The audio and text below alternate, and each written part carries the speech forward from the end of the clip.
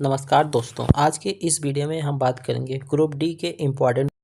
ठीक है दोस्तों, देखो इसमें हम आपको वही क्वेश्चन कराएंगे जो 2025 में, मतलब जो अभी रिसेंटली में जो इम्पोर्टेंट क्वेश्चन पूछे गए थे उसके बारे में बताएंगे। ठीक है दोस्त, और यहाँ पे जो भी टॉपिक होगा सब टॉपिक वाइज होगा। अगर ये G20 चल रहा है तो G20 से आपको मैक्सिमम 10 जो इम्पोर्टेंट क्वेश्चन है जो अभी परीक्षा में पूछे गए हैं, रिव्यू से पता चला है, उस क्वेश्चन को यहाँ पे हम लिए गए हैं। तो ये वीडियो आपके लिए काफ़ी इंपॉर्टेंट होगा। अगर आप वीडियो को फुल वॉच करेंगे तो आई होप आपको यहाँ पे अच्छा खासा बेनिफिट देखने को मिलेगा। तो स्टार्ट करते हैं आज के हम इस क्वेश्चन में।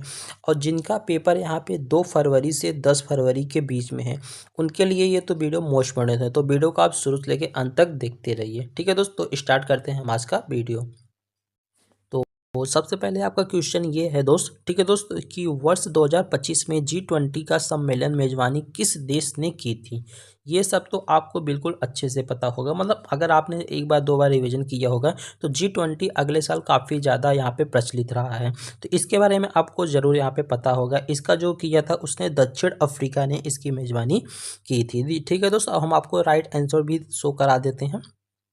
ये रहा, देखो यहाँ पे आप देख सकते हो कि दक्षिण अफ्रीका का यहाँ पे हुआ था G20 शिखर सम्मेलन हुआ था, जो महाद्वीप जो जो यहाँ पे अफ्रीका महाद्वीप में इसको आयोजित किया गया था। नेक्स्ट क्वेश्चन की ओर चलते हैं दोस्त हम।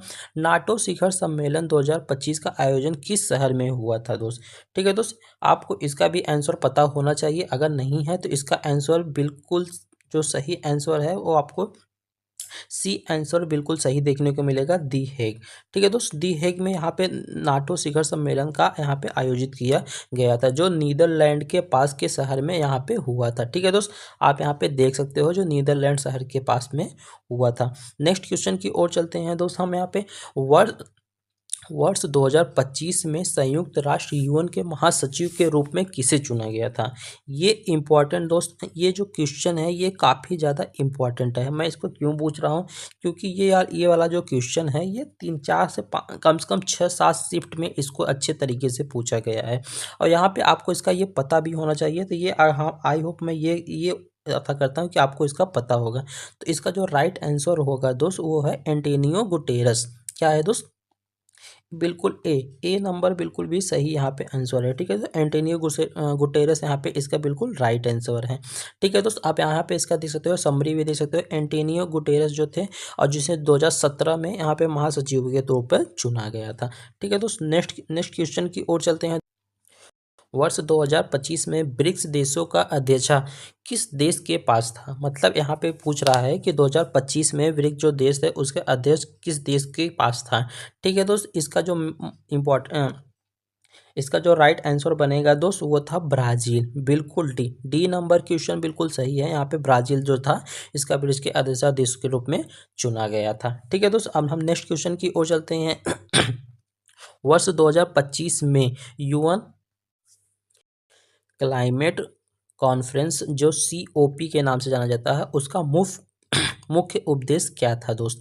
ठीक है दोस्त, इसका जो राइट आंसर बन जाएगा दोस्त वो था बी नंबर, बिल्कुल राइट आंसर, जलवायु में परिवर्तन। इसका ये बिल्कुल राइट आंसर बन जाता है। ठीक है दोस्त, आप यहाँ पे इसका देख सकते हो, समरी भी देख सकते हो। जलवायु परिवर्तन किया गया था जो देखा, सम्मेलन का फोकस कार्बन उत्सर्जन को कम करने के लिए इसको किया गया था दोस्त। ठीक है दोस्त, अब नेक्स्ट क्वेश्चन की ओर चलते हैं हम यहाँ पे दोस्त। तो वर्ष 2025 में किस देश ने सबसे अधिक नवीनीकरण ऊर्जा क्षमता जोड़ी।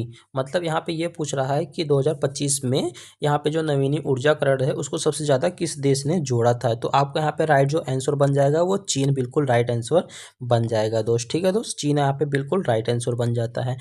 अब यहाँ पे समृद्धि भी दे सकते हो। चीन यहाँ पे बना हुआ था जिसने सौर ऊर्जा में विश्व था किया था। ठीक है, तो मतलब इसने सौर ऊर्जा में सबसे ज़्यादा उत्पादन किया था। ठीक है दोस्त, अब हम चलते हैं नेक्स्ट क्वेश्चन की ओर। नेक्स्ट क्वेश्चन आपकी स्क्रीन पे ये रहा कि विश्व स्वास्थ्य संगठन WHO का मुख्यालय कहाँ पे स्थित है। ये भी देखो काफ़ी इंपॉर्टेंट क्वेश्चन है, ये ओल्ड क्वेश्चन है। ठीक है दोस्त, ये भी काफ़ी बार पूछा गया है। तो इसका जो राइट आंसर बन जाएगा वो जिनेवा बन जाएगा। ठीक है दोस्त, यहाँ पे इसका जो राइट आंसर बन जाएगा जो जिनेवा में बन जाएगा। WHO का जो एजेंसी कहा जाता था, संयुक्त राष्ट्र एजेंसी होता है। ठीक है दोस्त, अब हम चलते हैं यहाँ पे नेक्स्ट क्वेश्चन पे।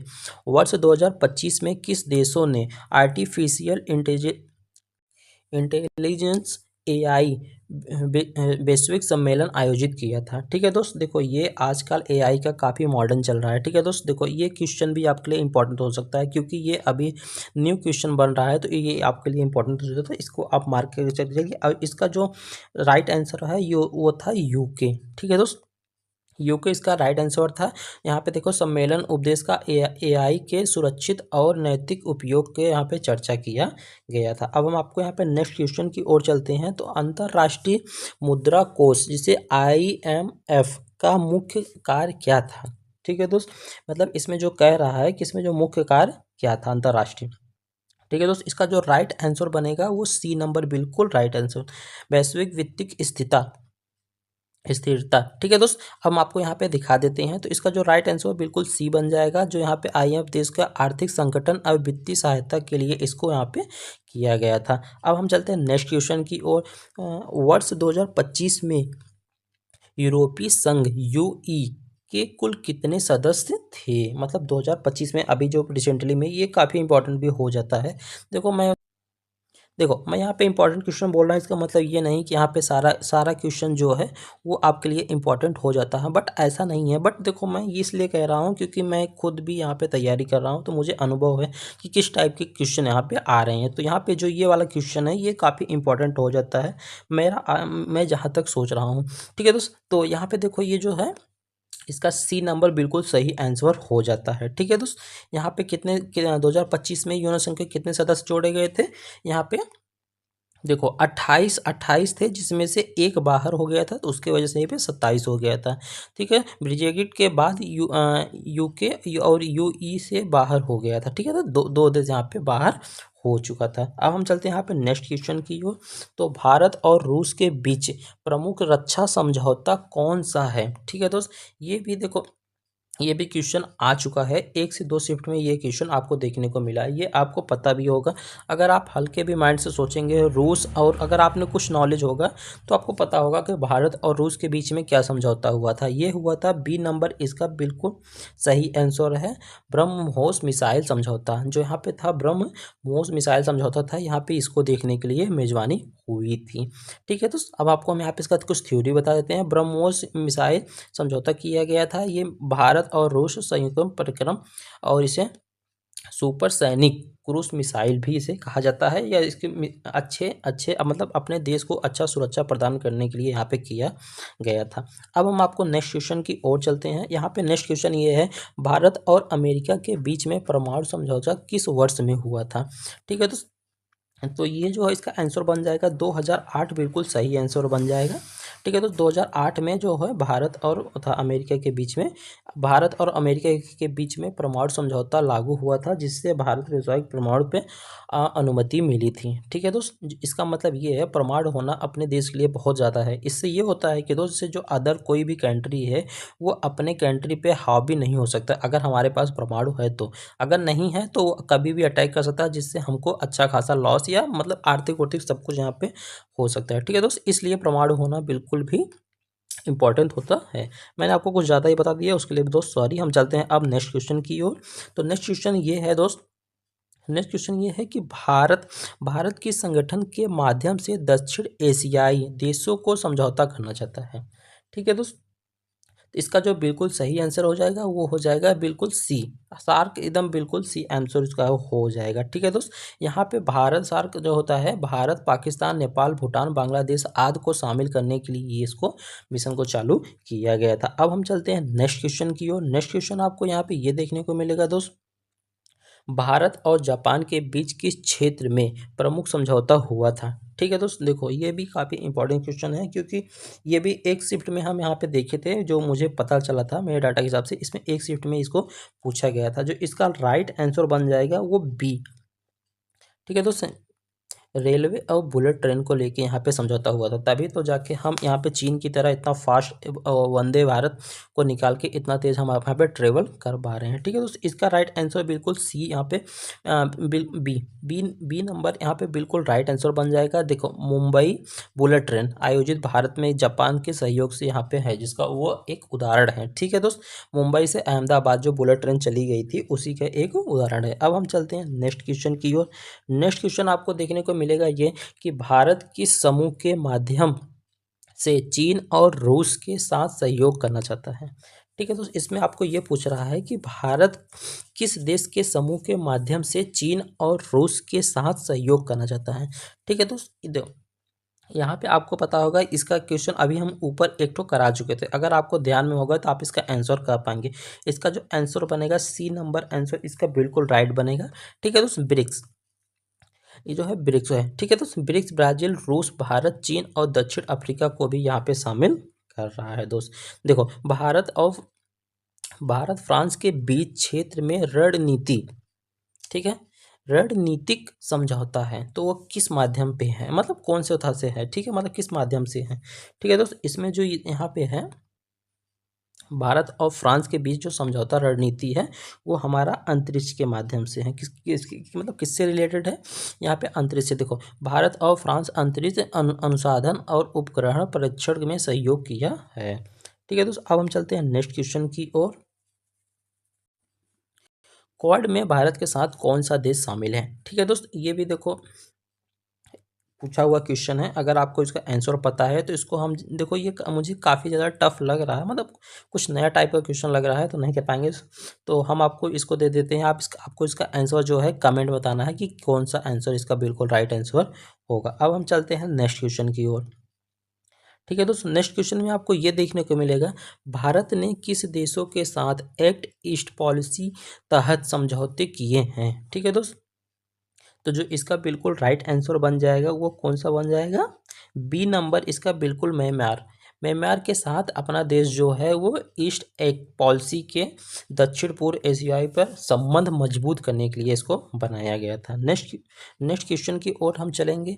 भारत नेपाल के बीच सहयोग का प्रमुख क्षेत्र कौन सा है, मतलब भारत नेपाल के बीच प्रमुख क्षेत्र कौन सा है। ठीक है दोस्त, तो ये इसका जो बिल्कुल राइट आंसर बन जाएगा वो कौन सा बन जाएगा, बी नंबर जल विद्युत। ठीक है, तो जल विद्युत बिल्कुल राइट आंसर बन जाएगा।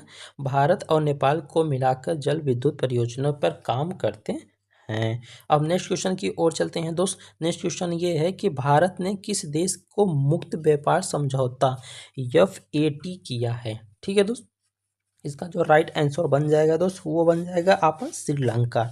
ए नंबर क्वेश्चन बिल्कुल राइट है। श्रीलंका के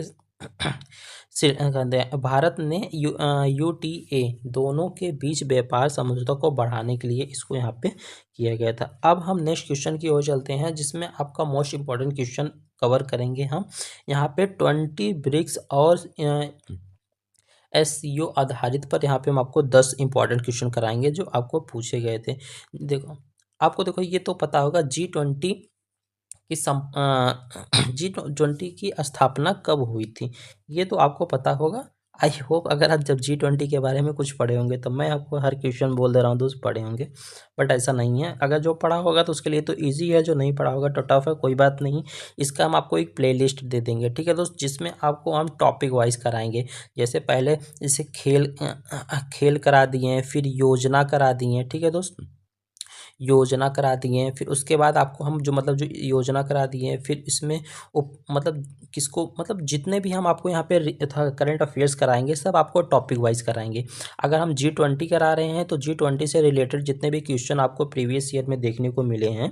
ठीक है दोस्तों, अब हम आपको ये सब जो खोज के निकालते हैं, ये नहीं कि हम आपको इधर उधर से कहीं से भी ईजी क्वेश्चन देते हैं जिससे आपको पढ़ने भी अच्छा लगे, और वो सब नहीं है। ठीक है दोस्त, जो भी इसमें इंपॉर्टेंट क्वेश्चन जो पूछे गए हैं हम आपको वही कवर अप करेंगे। हम आपको ज़्यादा क्वेश्चन नहीं पढ़ाएंगे, डेली 50 क्वेश्चन पढ़ाएंगे।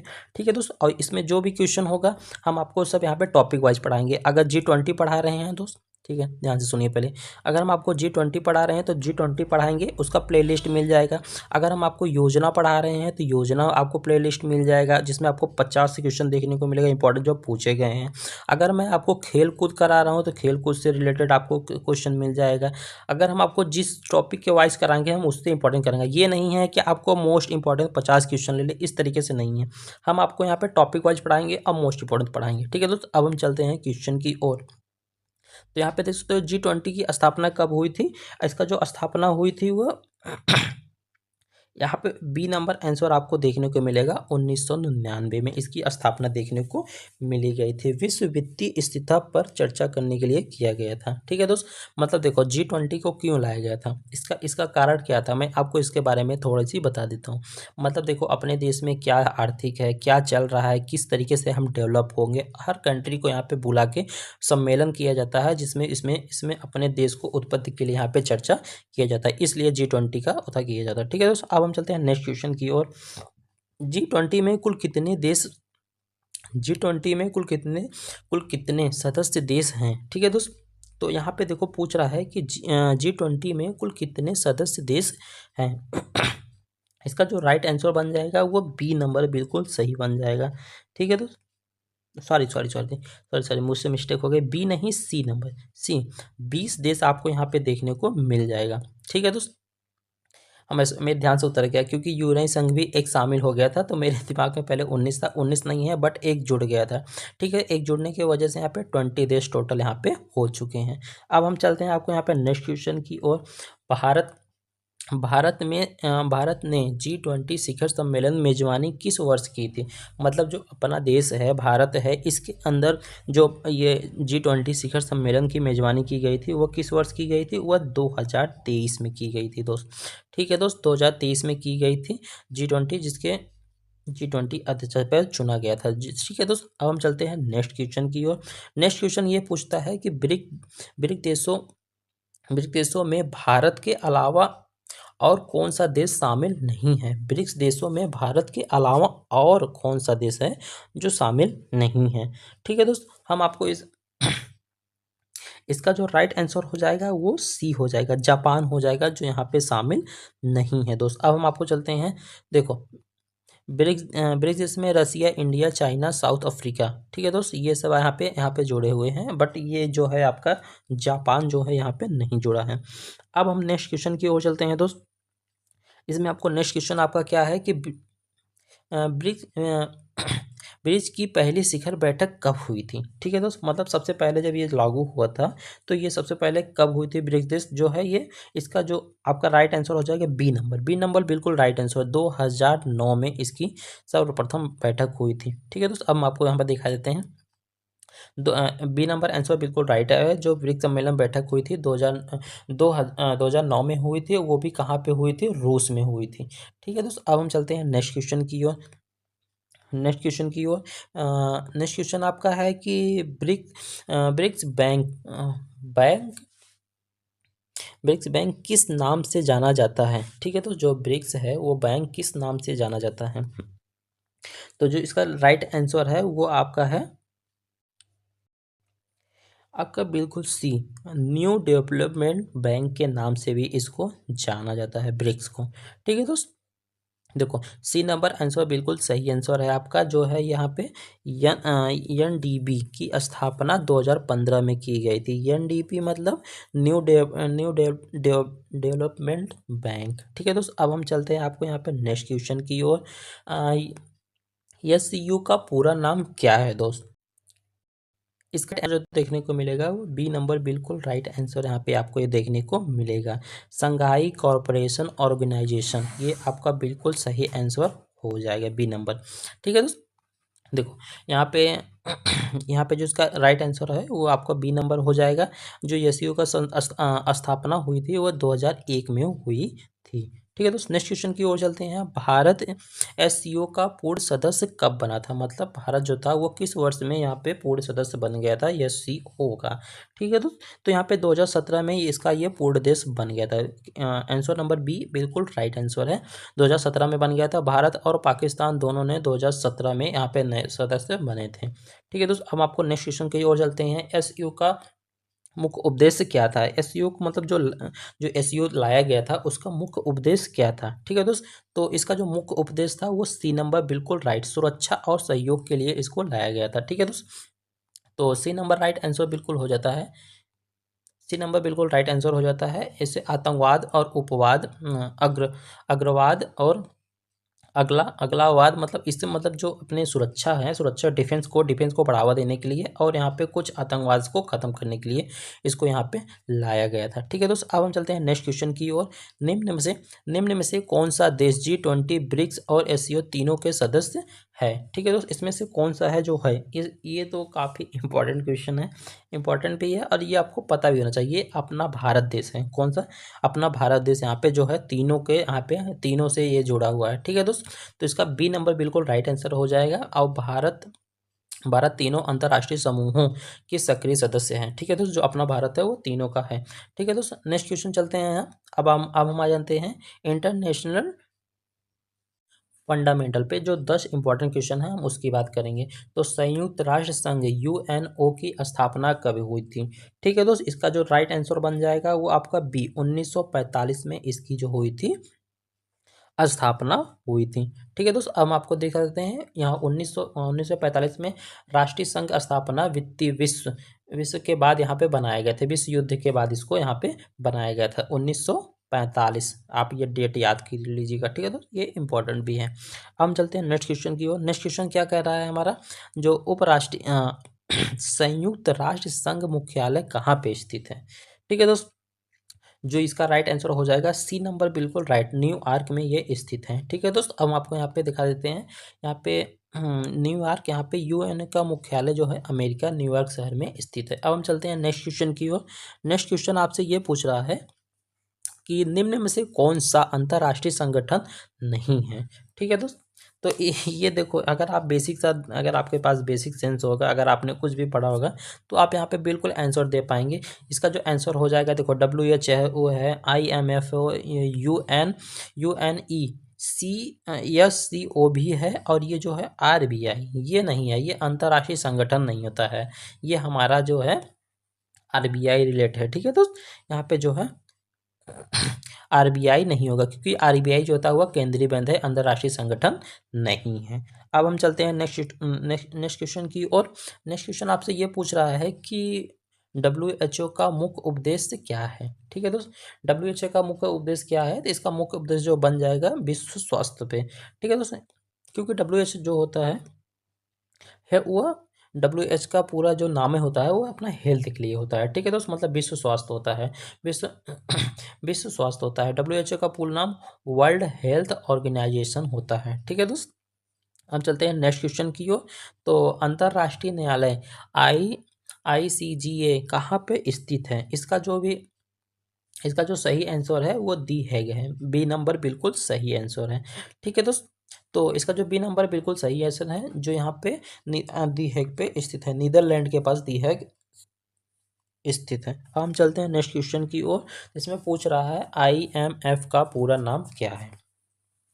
ठीक है दोस्त, IMF का पूरा नाम क्या है? तो बी नंबर बिल्कुल सही आंसर बन जाएगा, इंटरनेशनल माइनॉरिटी फंड। ठीक है दोस्त, तो बी नंबर आंसर बिल्कुल यहाँ पे राइट हो जाएगा। अब हम चलते हैं, अब हम दिखाते हैं कि बी नंबर जो आंसर है, इंटरनेशनल माइनॉरिटी फंड कहा जाता है। IMF देश को आर्थिक सहायता और को सलाह देता है, मतलब इसमें आर्थिक सहायता और उसमें कुछ भी जो होता है उससे रिलेटेड ये सलाह भी देता है। अब हम चलते हैं नेक्स्ट क्वेश्चन की ओर। नेक्स्ट क्वेश्चन आपसे ये पूछ रहा है कि निम्न में से कौन सा संगठन शिक्षा और संस्कृति से संबंधित है? मतलब आपको यहाँ पे ये पूछ रहा है, इसमें कौन सा संगठन है जो आपके शिक्षा से भी है और संस्कृति दोनों से संबंधित यहाँ पे है? तो यहाँ पे बी नंबर आंसर बिल्कुल सही आंसर हो जाएगा, UNESCO। ये आपका बिल्कुल बी नंबर, आपको बिल्कुल सही आंसर आपको यहाँ पे देखने को मिल जाएगा। ठीक है दोस्त, तो ये जो है ये शिक्षा पे भी है, विज्ञान पे भी है और संस्कृति को बढ़ावा देने के लिए भी इसका किया जाता है। अब हम चलते हैं नेक्स्ट क्वेश्चन की ओर। इसमें आपको ये पूछ रहा है कि विश्व व्यापार संगठन WTO का स्थापना कब हुई थी? ठीक है दोस्त, ये भी आपका हुआ था कब? 1995 में। सी नंबर बिल्कुल सही आंसर है। ठीक है दोस्त, तो WHO अंतर्राष्ट्रीय व्यापार नियंत्रण करने के लिए इसको यहाँ पे ऑर्गेनाइज किया गया था। अब हम चलते हैं नेक्स्ट क्वेश्चन की ओर। संयुक्त राष्ट्र संघ में भारत कब शामिल हुआ था? ठीक है दोस्त, तो जब अपना देश आज़ाद हुआ था उसी के बाद में ये शामिल हुआ था, तो ए नंबर बिल्कुल राइट आंसर है। तो 1945 में अपना देश जो था वो यूएन का संस्थापक सदस्य में शामिल हो गया था। अब हम चलते हैं नेक्स्ट क्वेश्चन की ओर। नेक्स्ट क्वेश्चन आपसे ये पूछ रहा है कि निम्न में से कौन सा मानवाधिकार से संबंधित है। मतलब आपको इसमें ये पूछ रहा है कि आपको इसमें जो टॉपिक दिया हुआ है चारों में से आपसे कौन सा एक मानवाधिकार है। तो इसका जो राइट आंसर बन जाएगा वो B number, B for Baahubali, बिल्कुल राइट आंसर, मानवाधिकार योजना घोषणा पत्र। ठीक है, अधिकार घोषणा पत्र, तो बी नंबर बिल्कुल सही हो जाएगा। जो आप यहाँ पे देख सकते हो 1948 संयुक्त राष्ट्र द्वारा अपनाया गया था। ठीक है दोस्तों, ये काफ़ी इंपॉर्टेंट हो जाता है, तो इसको आप ध्यान में देखिएगा। अब हम आपको यहाँ पे देखते हैं किस टाइप के आप यहाँ पे इंपॉर्टेंट क्वेश्चन है। वैश्विक संगठन, युद्ध और समझौते के आधारित पे आपको मोस्ट 10 इंपॉर्टेंट क्वेश्चन देखने को मिलेगा। तो सबसे पहले आपको क्या देखने को मिलता है क्वेश्चन, तो इससे रिलेटेड सबसे पहले आपको ये देखने को मिलता है कि प्रथम विश्व युद्ध तत्कालिक कारण क्या था। मतलब जो युद्ध हुआ था, प्रथम विश्व युद्ध जो हुआ था, उसका जो तत्कालिक कारण था वो क्या था। उसका जो तत्कालिक कारण था वो क्या था, ऑस्ट्रेलिया के जो युवराज थे उनकी जो हत्या कर दी गई थी। ठीक है दोस्त, आपके इसलिए यहाँ पे इसका ये किया गया था। तो इसका जो था प्रथम युद्ध हत्या करने के बाद 1914 में युवराज की हत्या कर दी गई थी। ठीक है, तो उसके कारण यहाँ पे जो थी, यहाँ पे प्रथम विश्व युद्ध फैल गई थी। अब हम चलते हैं नेक्स्ट क्वेश्चन की ओर। नेक्स्ट क्वेश्चन में ये कहता है कि द्वितीय विश्व युद्ध किस वर्ष शुरू हुआ था। ठीक है दोस्तों, आपको देखो, अब हम आपको यहाँ पे युद्ध से रिलेटेड जितने भी इंपॉर्टेंट क्वेश्चन हैं हम आपको वो सब क्वेश्चन कराने वाले हैं। जो दूसरा हुआ था वो आपका कब हुआ था। पहला आपका हो गया था कि सॉरी एक मिनट, पहला क्वेश्चन आपका कब हुआ था, 1914 में हो गया था। जो दूसरा दूसरा आपको विश्व युद्ध हुआ था वो 1935 में, सॉरी 1939 में। बी नंबर बिल्कुल सही आंसर है, 1939 में आपको यहाँ पे देखने को मिल गया था। ठीक है दोस्त, बी नंबर बिल्कुल राइट आंसर है। जो जर्मनी ने नेपाल पोलैंड को आक्रमण किया था, जिसमें युद्ध शुरू हो गई थी, जिसके कारण यहाँ पे युद्ध शुरू हो गई थी। नेक्स्ट क्वेश्चन की ओर चलते हैं कि वर्साय की संधि किस देश पर थोपी गई थी। ठीक है दोस्त, तो जो इसका भी राइट आंसर बन जाएगा वो सी नंबर बिल्कुल राइट, जर्मनी के ऊपर यहाँ पे इसको थोपी गई थी। ठीक है दोस्त, जर्मनी, इस संधि जर्मनी को कमजोर, इस संधि ने जो था वो जर्मनी को कमजोर कर दिया था। नेक्स्ट क्वेश्चन ये है कि शीत युद्ध किस संबंध से है, शीत युद्ध किस संबंध से है। ठीक है दोस्त, जो इसका राइट आंसर बन जाएगा वो सी नंबर, वैचारिक और राजनीतिक संघर्ष के कारण हुआ था। ठीक है दोस्त, सी नंबर बिल्कुल राइट आंसर है। अब हम एक आपका दिखा देते हैं इसका आंसर। सी नंबर आपको बिल्कुल राइट आंसर है। इसमें अमेरिका और सोवियत संघ आमने सामने थे। ठीक है, आमने सामने थे, मतलब इसमें जो हुआ था, जो ये हुई थी, तो इसमें अमेरिका और सोवियत संघ दोनों आमने सामने थे। अब हम चलते हैं नेक्स्ट क्वेश्चन की ओर। इसमें क्यूबा मिसाइल संकट किस वर्ष हुआ था। ठीक है,